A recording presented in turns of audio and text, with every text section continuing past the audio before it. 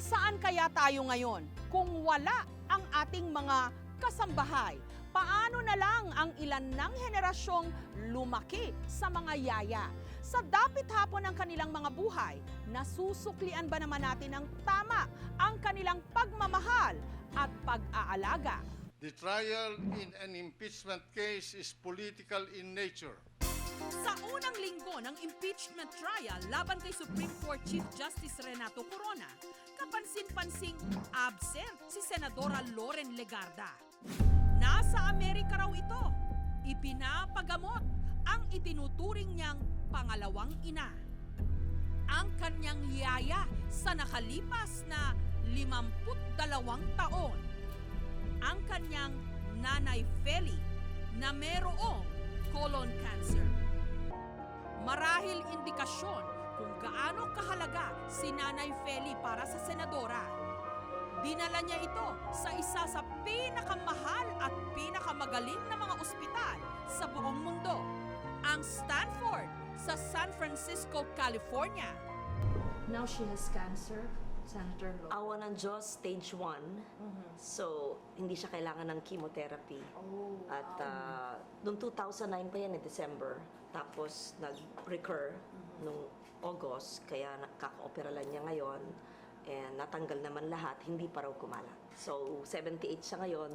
Ano sabi ng doktor kahapon ay? Aabot ka raw ng ano? 90. 95 umangal siya. 95 lang? 100. Nay, alam niyo ba, pinakamahal yata, isa sa pinakamahal at pinakasikat na ospital sa buong mundo. Doon kayo pinagamot. Maraming nga salamat ko sa kanila. Wala silang walang makakagawa na iba kong papalagay ko lang. Kung sa katulong lang, walang makakagawa ng ganon. Eh, hindi At naman saka- katulong siyempre si nanay. She's a mother. At Tapos, yung panganay niya ho, si Lance, wow, siya ang nag-alaga na pag walang yung nurse, sinasabi ko, tawag ka ng nurse. Sabi ko gano'n. Sabi niya, bakit? Punta ako sa kanya. Ako na lang. Marunong siyang mag-alis sa lahat ng yung mga oxygen, yung mga ganun. Not a lot of Filipinos can do that. I mean, not speaking about the affordability, but you know, the great lengths that you had to go to for her. Napag-usapan namin yun na mag-anak, mga anak ko, pati papa ko, mga kapatid ko, and they all said, Nanay deserves it. Hindi pa yung katumbas sa kanyang sakripisyo sa amin 78 years old na ngayon si Nanay Feli. 60 years na siyang naninilbihan sa pamilya ng mga Legarda. Hindi pa ipinapanganak si Loren. Nasa kanilang pamilya na si Nanay Feli. Paano napunta si nanay sa family ninyo? First of all, pareho kayong Ilocano. Yes. Nagkapaway si nanay. Nay, di ba 18 years old ka pa lang? Oo, 18, nasa papat, ma'am. Sa papa? Sa papa mo. Bago pa ako mapanganak. Ay, boyfriend, mag-girlfriend pa lang na mama mo at Mag-girlfriend pa lang mama at papa, no? Di ba? Ikaw ang kauna-unahang katulong ng papa at magulang niya sa pamilya nila. Tapos nung nagpakasal ang papa sa mama, ikaw ang unang katulong din. Ako ang unang katulong din. Sabi ko, Tapos, nung pinanganak ako ng mama, pinaalagaan ako sa'yo. oo, hindi na ako nakauwi-uwi. Yun. Tapos, ang mama kasi nagtatrabaho, di ba? Oo. Sa Narik pa, no? Sekretarya siya, di ba? Oo, sa Narik. Tapos, ang papa salesman sa Firestone yata, no? Firestone, oo. So, naiwan ako sa bahay mag-isa. Oo, tayong dalawa lang. Yun. Kaya siya talaga ang nanay ko mula ako'y napanganak. 1960 yon. Mula nung ako'y nasa eskwela, grade school, high school, college, hanggang ako'y dalagita, nag-asawa, nakaanak, naging single parent, hindi ko kayang gawin lahat kung hindi ang nanay ko inalagaan ako, mga kapatid ko, mga anak ko. Hindi lang siya nanay, tailor, dressmaker, totoo, electrician, cook, manager ng bahay, lahat. Pag-uwi ko sa bahay, sino unang hinahanap ko? Paano ako, Nay, di ba? Oo. Nanay! Tigapaway sa Ilocos Norte si Nanay Feli. Grade 3 lang daw ang kanyang inabot. Kaya pinasok niya ang pagkakatulong. Paano ba kayo nakapunta dito sa Maynila? Yung namatay na ng father ko. Tapos nung nag-aral kami, ayaw na akong nilang patapusin sa school. Sabi ko nga, aalis nga ako. Kasi umalis ako na, hindi ako nagpaalam. Tapos nung... Stowaway. Ang tawag doon? Stowaway ba tawag doon? Nagtalaw. Oo. Tapos nung pangalawang alis ko na, pumayag ng nanay ko na na mamasukan na ako. Parang bukas na libro sa publiko ang naging buhay ni Loren Legarda. Broadcaster bago naging senador. 2 beses nag-asawa pero 2 beses ding nahiwalay. At sa lahat daw ng kanyang pinagdaanan, isa sa mga taong hindi tumalikod sa kanya, ang kanyang dakilang yaya. She has seen you through your lowest points also. Everything. Does she give you advice?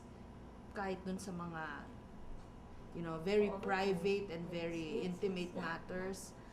Personal, health, political. May comment pala kasi nanay on everything. Sabi nga ng mama niya, pangalawa daw akong nanay. Mama mo ako, nanay mo siya, sabi nga. Buong buhay niyo halos na kay Senadora at sa pamilya niya. Hanggang sa mga anak niya, baka pag nagkaapo pa siya. Kayo pa. Abuting ka pa kaya yun. Bakit gano'n na lang ang buhos po ng pagmamahal niyo para kay Senadora? Siguro dahil sa mahal nila ako, mahal ko rin sila, ganun siguro. Kaya hindi ko maiwan-iwanan talaga sila. Isa sa mga matunog na pelikula sa darating na 84th Academy Awards o Oscars, ang period drama na The Help. Tinalakay nito ang pagmamaltrato at diskriminasyon sa mga kasambahay na Black American noong panahon ng Civil Rights Movement sa Amerika. Hindi man tayo nagdaan sa mga katulad na madidilim na yugto sa ating kasaysayan. Paminsan-minsan, nakakabalita tayo ng mga pang-aabuso o pangmamaliit sa mga kasambahay. Pero meron din namang mga kwento na nagpapaalala sa atin na ang pagmamahal sa kapwa hindi mahahadlangan ng estado sa buhay. Ang 53 anyos na si Beth, isang beses sa isang linggo kung bumisita sa home care na ito sa Parañaque. Yay, kumusta man? Kumusta? Antok ka? Ha? Ang kanyang sadya, ang 85 anyos na si Lola Crescencia, na kung tawagin, Lola Iyay. Dating yaya ni Beth, si Lola Iyay. Siyang nag-alaga sa kanyang mga anak. Pero simula raw nung natuklasang may Alzheimer's disease si Lola, nagdesisyon silang i-confine na lamang ito sa home care para mas matugunan ang mga pangangailangan niya. Kung sa halaga lang tunay na yung nanay talaga. Dahil sa sobrang special, gusto namin ng special care, yung professional care. Kaya ito, nilagay namin siya dito para talagang maalagaan siya ng maayos. Sina Beth ang sumasagot daw sa lahat ng gastusin ni Lola Iyay sa home care na umaabot ng humigit kumulang 40,000 kada buwan. Sa tagal at sa sobrang alaga, sa sobrang pagmamahal niya sa amin, mahal namin siya. Kaya for the last few years of her life, ang gusto ko mabigyan ng the best, ng lahat na all the best mabigay ko sa kanya. Kung tutuusin, institusyong maituturing sa ating lipunan ang mga kasambahay, lalo na ang mga yaya. Ilang henerasyon na ba ng mga Pilipino ang kanilang pinalaki at inaruga? Hindi matatawaran ang kanilang mga kontribusyon. Ang pagmamahal na ipinamalas nila sa kanilang mga alaga, hindi matutumbasan. Maswerte si Nanay Feli.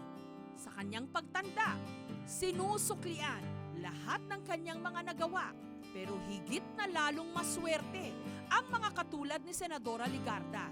Dahil hindi ba't madalas na nasasabi, ang mga dakilang kasambahay at yaya, hulog ng langit. Salamat sa lahat yung ginagawa niya sa akin, pagmamahal. Mawala ako na mahihingi na iba kung hindi ganun. Mahal na mahal nila ako. Nanay carries half the sky for me. Ibig sabihin nun, kalahati ng pasan ko sa buhay ko. Siya ang humawak. Pati ako umiiyak eh. And my life has not been easy. Yeah. But she's always Yeah. there. Ayoko na umiiyak.